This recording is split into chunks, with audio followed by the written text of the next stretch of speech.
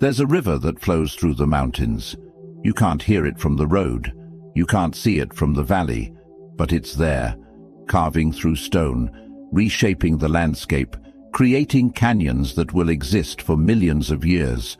It doesn't announce itself. It doesn't ask permission. It simply flows, relentless and unstoppable, doing its work in the hidden places where no eye watches and no voice cheers. You are that river, or at least you could be. But somewhere along the way, we learned to perform our lives instead of living them. We learned to broadcast our intentions before we've taken a single step. We learned that the announcement feels almost as good as the achievement, so we stopped halfway, satisfied with the appearance of progress while the actual work remains undone. Heraclitus, the ancient Greek philosopher whose ideas deeply influenced Stoicism, said, "Nature loves to hide." He watched the world and saw that the most powerful forces operate beneath the surface. Seeds germinate in darkness. Mountains form under unseen pressure. Stars are born in clouds of dust where no light penetrates. Power accumulates in secret before it manifests in reality. But we've built a culture that demands the opposite. Share your journey, post your progress, document every step. Let everyone into your process. And while transparency has its place, while community has value, we've confused visibility with validity.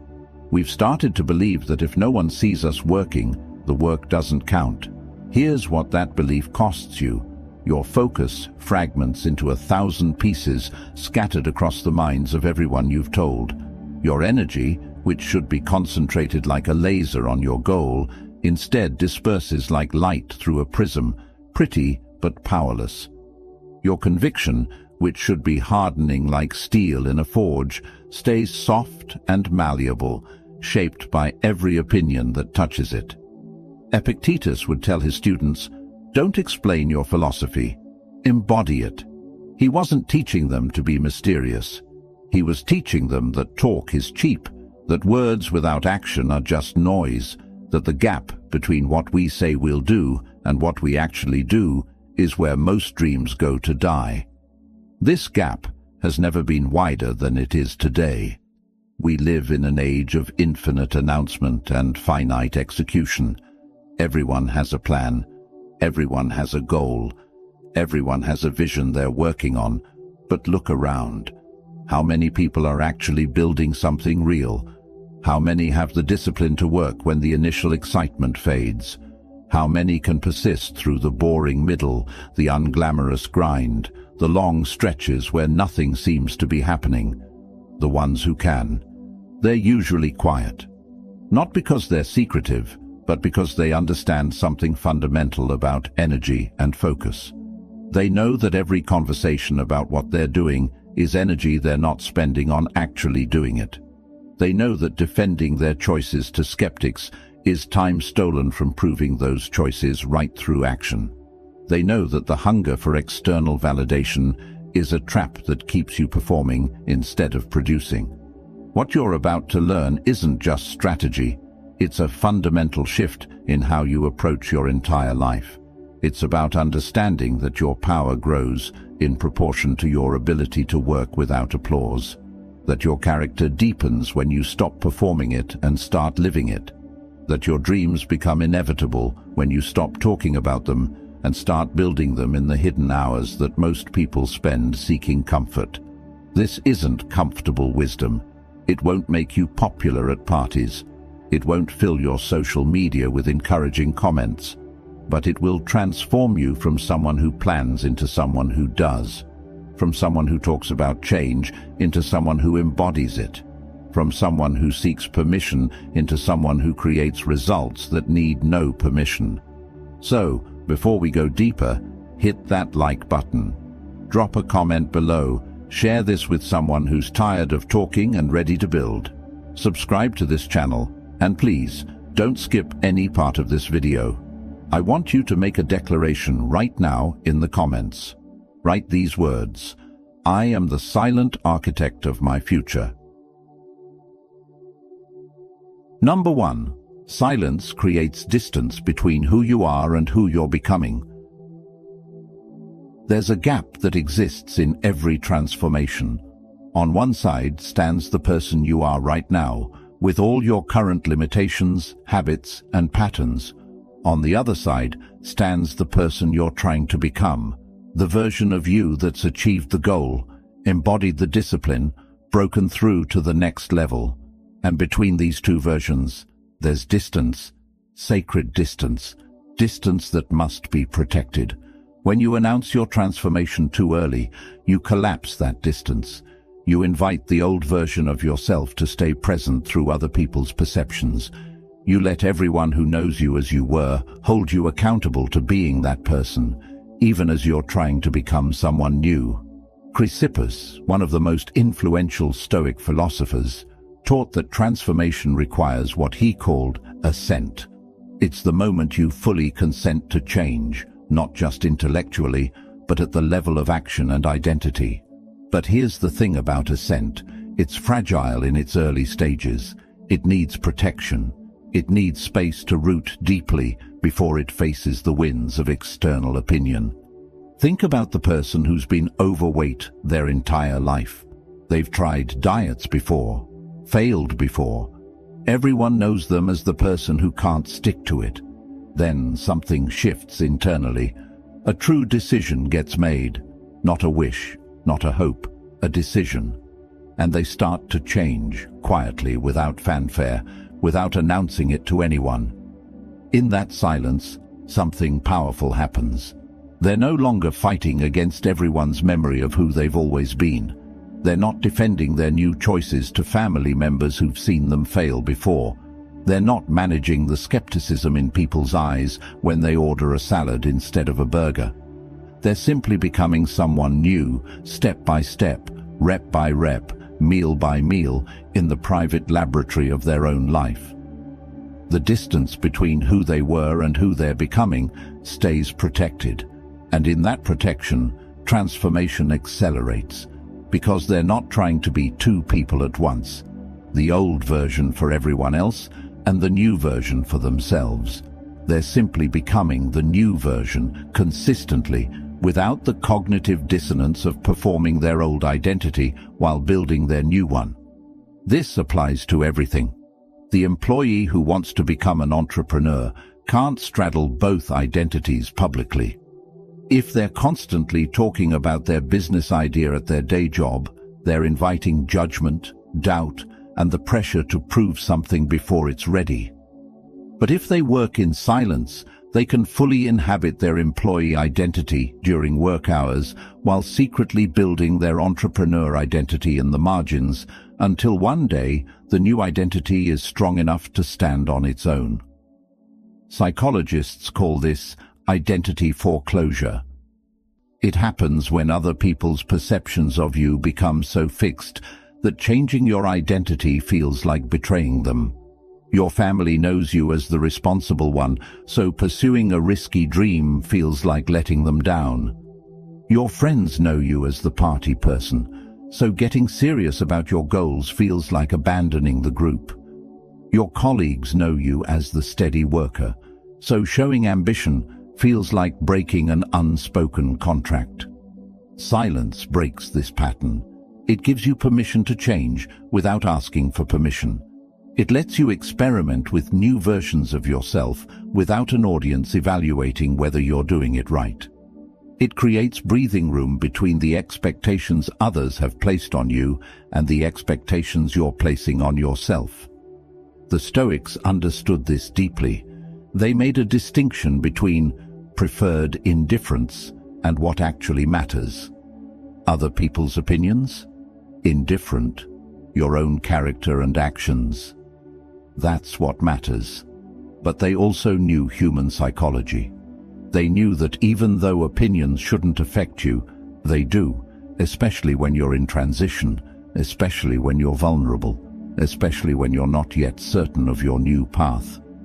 So they advocated for what might seem like withdrawal, but was actually strategic positioning. Work on yourself away from the crowd. Build your character in private.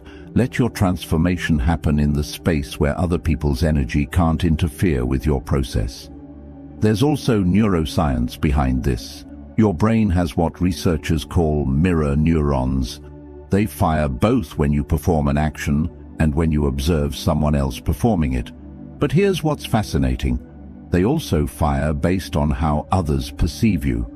When someone sees you as your old self, your brain receives signals that reinforce that old identity. When you're surrounded by people who only know the new you, your brain gets reinforcement for the new identity. This is why geographic moves often accompany major life changes. Why people reinvent themselves in new cities. Why starting fresh with people who have no history with you feels so liberating. You're not fighting against the mirror neurons firing based on outdated perceptions. You're allowing your new identity to solidify without the constant gravitational pull of who you used to be. You don't necessarily need to move cities, but you do need to create distance.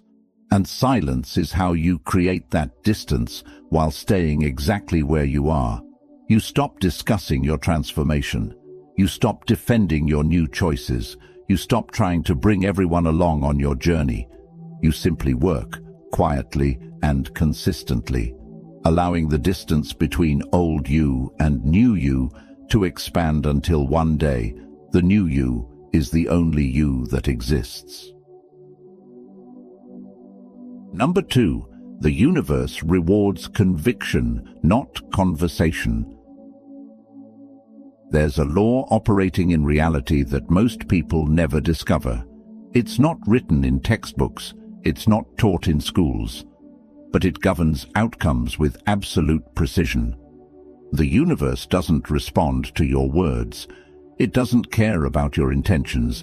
It doesn't negotiate with your promises. It only responds to one thing: committed action, sustained over time. Cleanthes, the second head of the Stoic school, was a boxer before he became a philosopher. He understood something about winning that translated perfectly into wisdom. You don't win by announcing your strategy. You win by executing it with such relentless consistency that the outcome becomes inevitable. He worked as a water carrier by night to fund his studies by day, telling no one of his ambitions until he became one of the greatest minds of his era.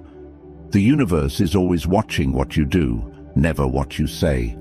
It's measuring your conviction through your behavior, not your declarations. Every morning you wake up early when you said you would, the universe takes note. Every time you keep working when no one's watching, the universe registers it. Every moment you choose discipline over comfort in private, you're casting a vote for the reality you want to create.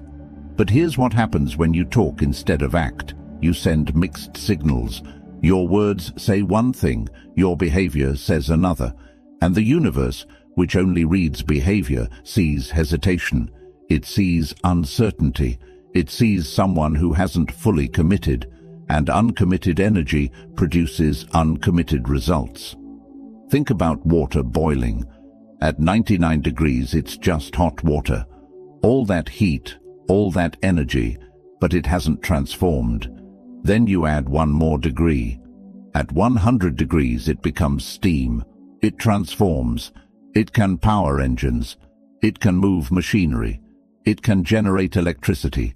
1 degree of difference creates an entirely different state of matter. Your conviction works the same way.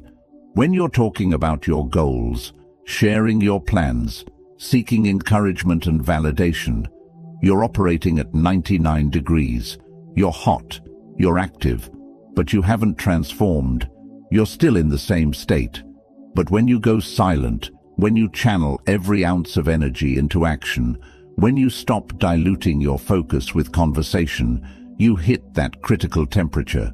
You transform, and transformed energy creates results that lukewarm intention never could.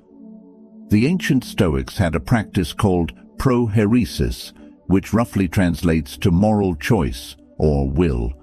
But it meant something deeper than just making decisions.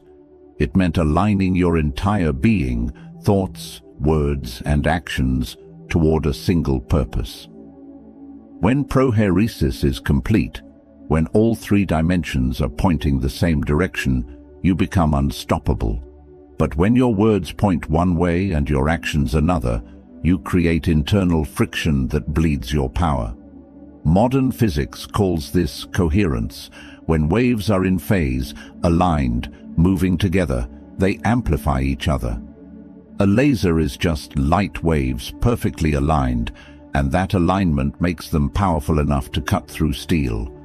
But normal light, even bright light, is incoherent. The waves scatter in all directions, cancelling each other out, producing warmth, but no cutting power. Your energy is the same. When you're talking, planning, explaining, and announcing, your energy scatters. It goes out in conversation, in defending yourself, in managing people's reactions, in maintaining the image you've created with your words. But when you go silent and pour everything into action, your energy becomes coherent. It aligns, it amplifies, and it cuts through obstacles that seemed impossible when your energy was scattered. There's also something the universe does with sustained conviction that borders on mysterious. Doors open that you didn't know existed. Resources appear that weren't there before. People show up to help at exactly the right moment. Skeptics call it luck or coincidence. But anyone who's experienced it knows it's something else. It's what happens when your commitment becomes so clear, so undeniable, that reality itself seems to reorganize around it. The Stoics would have called this living in accordance with nature or being in harmony with the logos.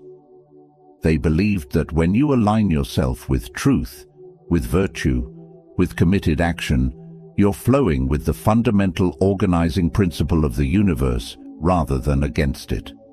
And when you flow with it rather than against it, life becomes less about forcing and more about allowing.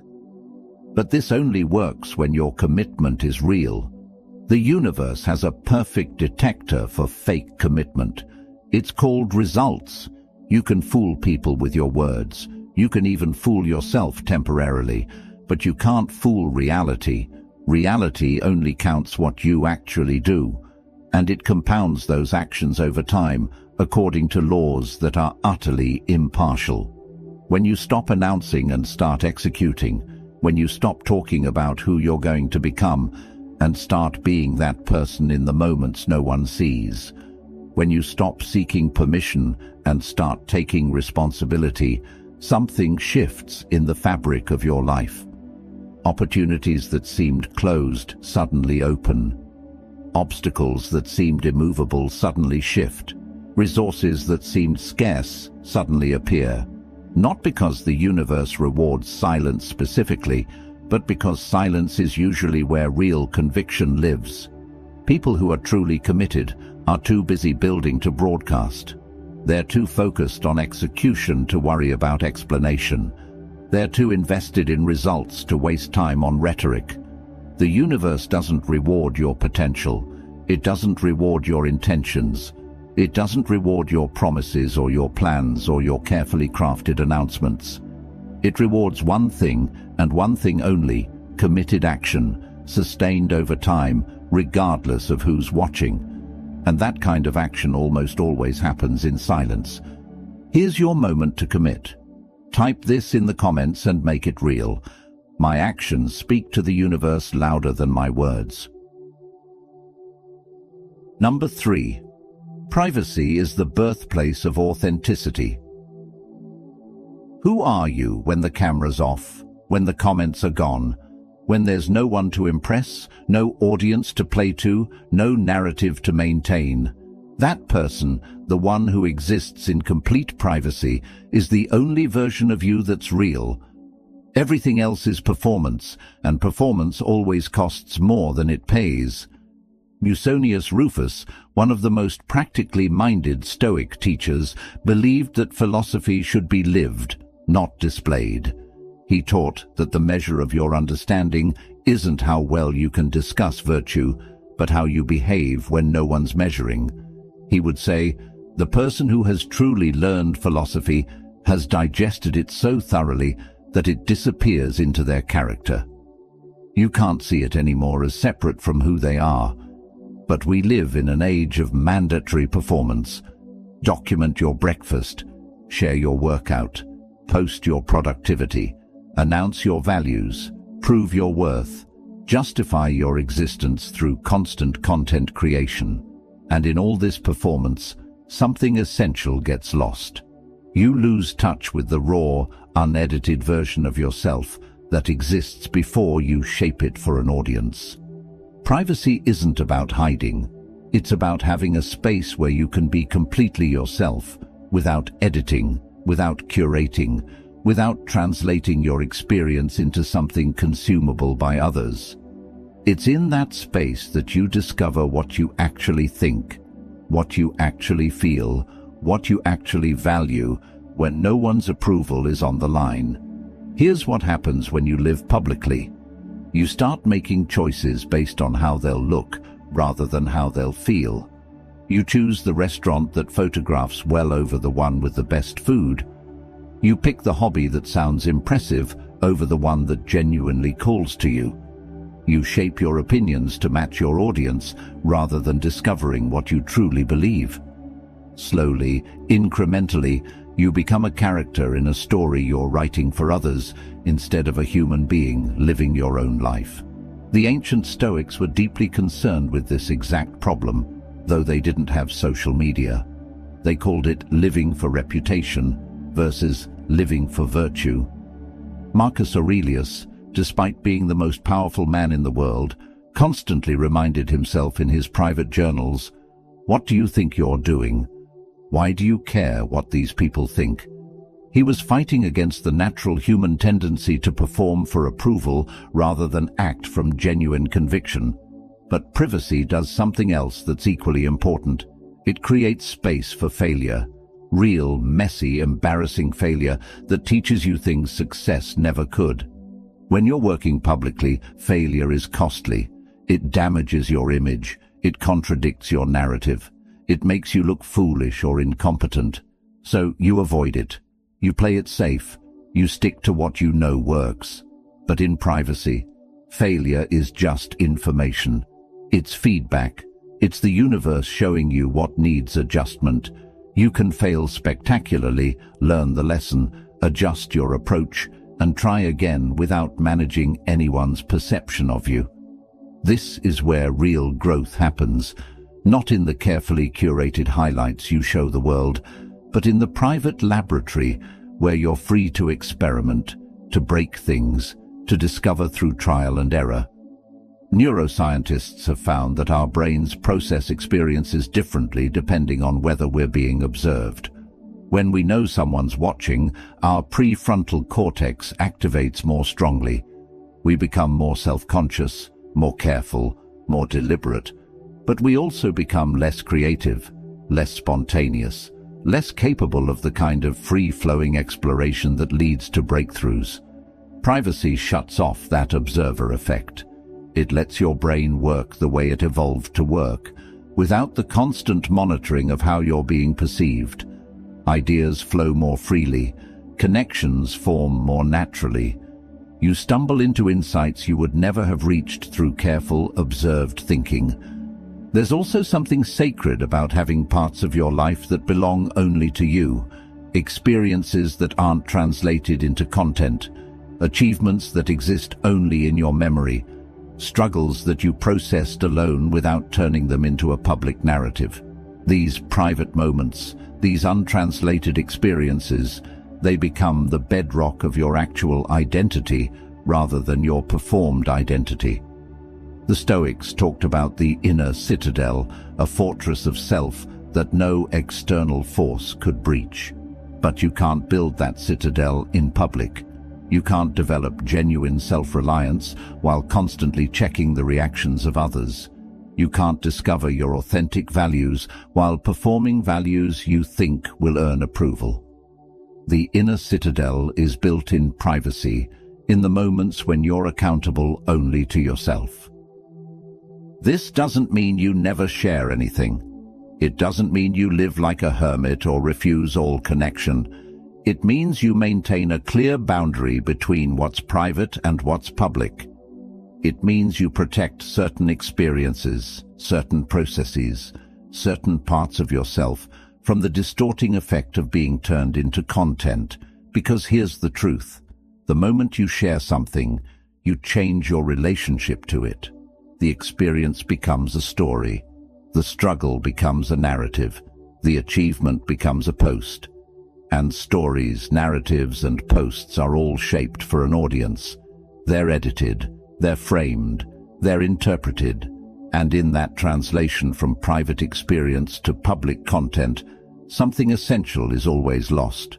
What's lost is authenticity, not the performed authenticity that's so popular now, where people share their real struggles in carefully crafted ways, but actual authenticity, the kind that exists only in private, the kind that no one sees but you, the kind that forms the foundation of genuine character rather than curated personality.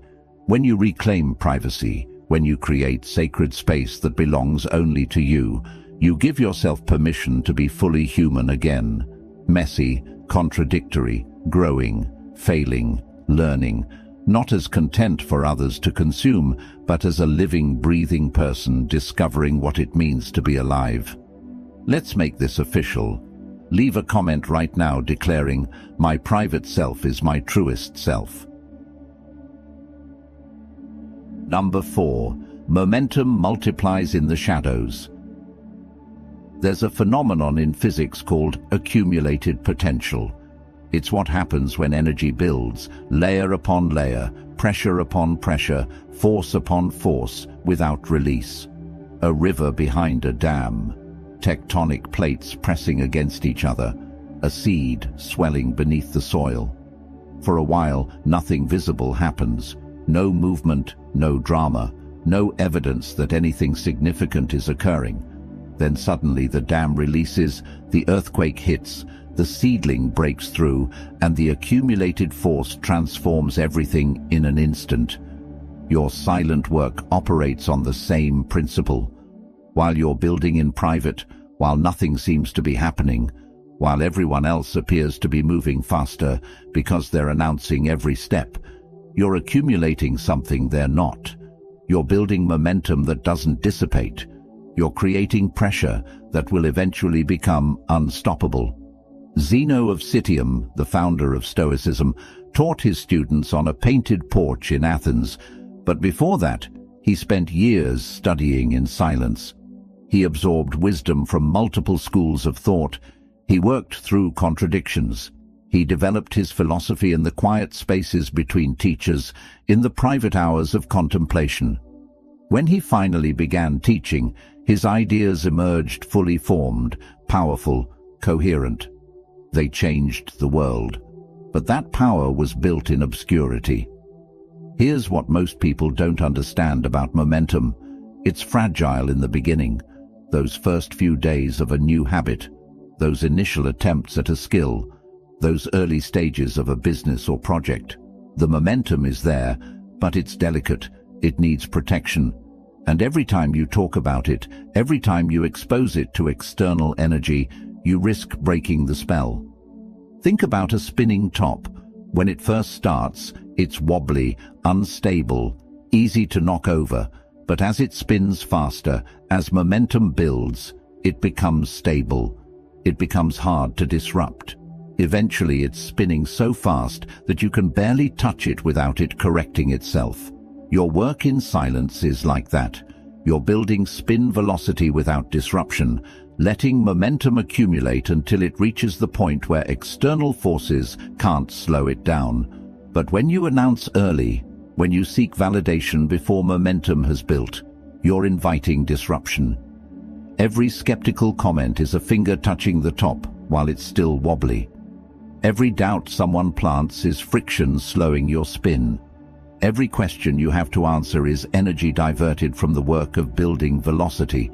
The Stoics had a concept they called cataleptic impressions, which were clear, undeniable perceptions of truth.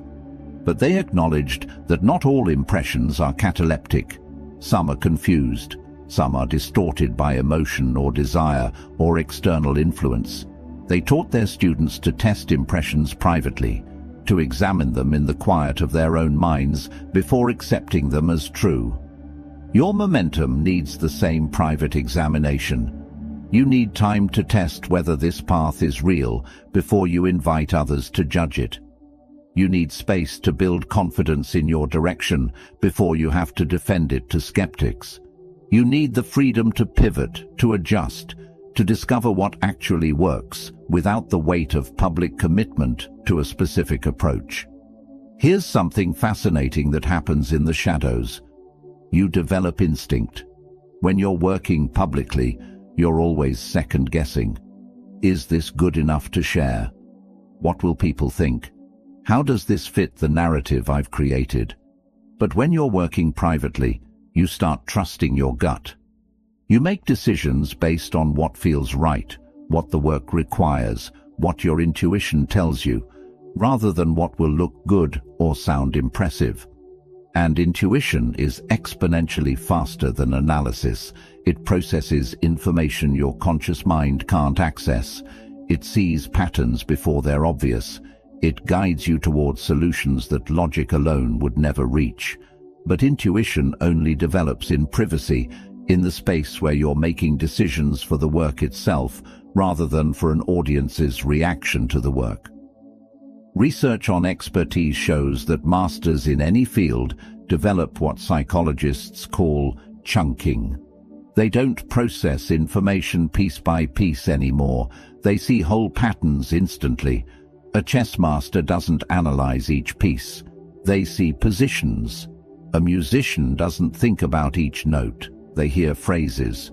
But this only develops through massive private practice, through thousands of hours working when no one's watching, when there's no performance pressure, when it's just you and the work. Your momentum in the shadows creates the same effect. You're not just accumulating hours. You're developing mastery at a level that public work can't match. Because public work is always partially performative. You're always aware of the audience, but private work is pure. It's you and the challenge, you and the craft, you and the goal. No mediation, no translation, no performance. There's also a psychological advantage to momentum built in private.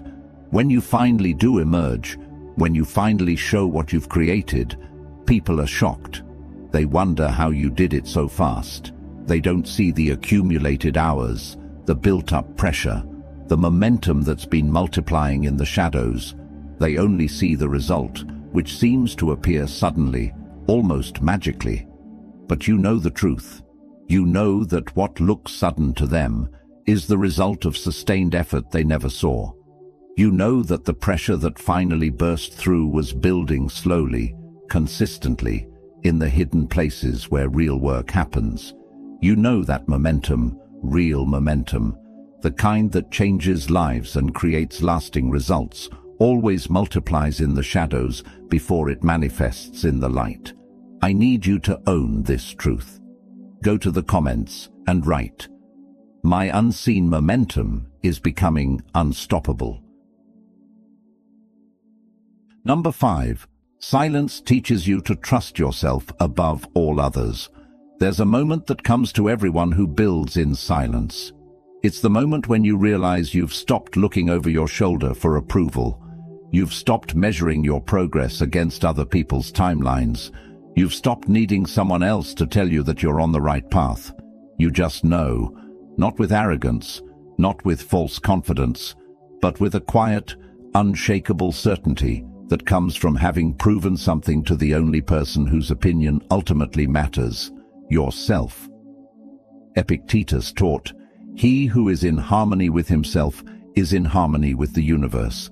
But harmony with yourself isn't something you can find by polling your friends or checking social media for validation. It's discovered in the silence, in the space between your decision and your action, where no other voice exists except your own. Most people never develop real self-trust because they never give themselves the chance. They're always checking, always asking, always seeking confirmation from external sources before they believe in their own judgment. Do you think this is a good idea? Does this look right? Am I making the right choice? Each question, each seeking of outside validation, is a small betrayal of your own inner knowing. Here's what happens in that betrayal. You teach your brain that you can't be trusted, that your instincts aren't reliable, that you need others to confirm reality for you. Over time, your decision-making muscles atrophy. The mental pathways that connect you to your own wisdom begin to fade. You become dependent on external validation the way a muscle becomes dependent on a brace, growing weaker the more you rely on something outside yourself for support. But silence forces a different development. When you're building alone, when you've committed to not seeking outside input during the crucial formation phase, you have no choice but to trust yourself.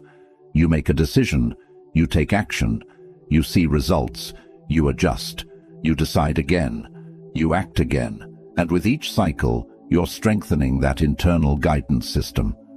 The Stoics called this developing your hegemonikon, your ruling faculty, your command center. It's the part of you that observes, evaluates, chooses, and acts. Marcus Aurelius wrote that nothing can harm this ruling faculty except itself. No external force can corrupt it unless you give permission. But that protection only works when you've built it strong, when you've exercised it enough in private that it doesn't collapse under external pressure. Think about learning to ride a bicycle. At first, you need training wheels. You need someone holding the back of the seat. You need external support. But there comes a moment when those supports have to come off. There's a moment of terror when you realize no one's holding you anymore. You're balancing on your own. And in that moment, you either trust yourself or you fall. And falling isn't the failure. Never trying to ride without support is the failure. Your goals, your dreams, your transformation, they require the same leap. At some point, you have to remove the training wheels of constant validation. You have to let go of the need for others to confirm every choice. You have to trust that you've prepared enough, learned enough, grown enough to navigate without constant external input. And that trust only develops when you actually practice navigating alone. Neuroscience reveals something powerful here. Your brain has what's called the default mode network, which activates when you're not focused on external tasks. It's where self-reflection happens, where you consolidate learning, where you integrate experiences into understanding. But this network only activates in quiet, in solitude, in the absence of external stimulation. When you're constantly seeking outside input, you never give this network time to operate. You never give your brain the space to develop its own models of reality. Silence provides that space. In the quiet hours of working alone, your default mode network is processing everything. It's building internal maps. It's creating decision-making frameworks based on your direct experience rather than other people's theories.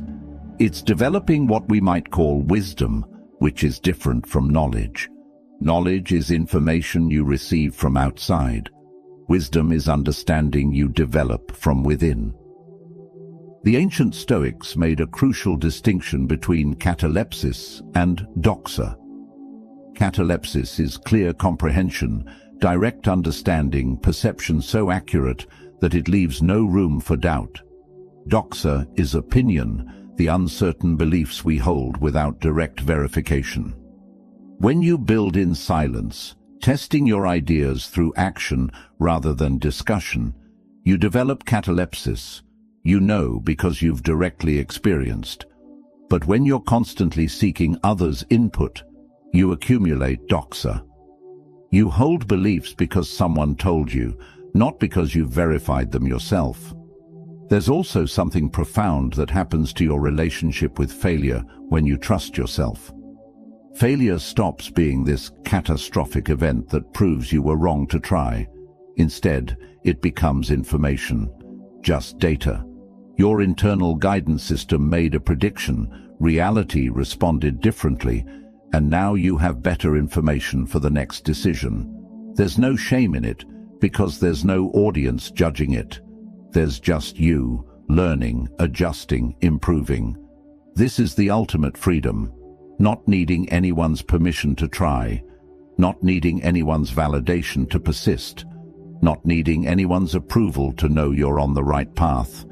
Just you and reality in direct conversation, building trust with yourself through the only method that actually works, showing up consistently and proving to yourself that you're reliable. When you finally emerge from the silence with results, people will ask how you knew it would work. And the honest answer is, you didn't, not with certainty, but you trusted yourself enough to find out. You trusted your ability to handle whatever came. You trusted that even if it didn't work exactly as planned, you'd learn, adapt, and ultimately succeed.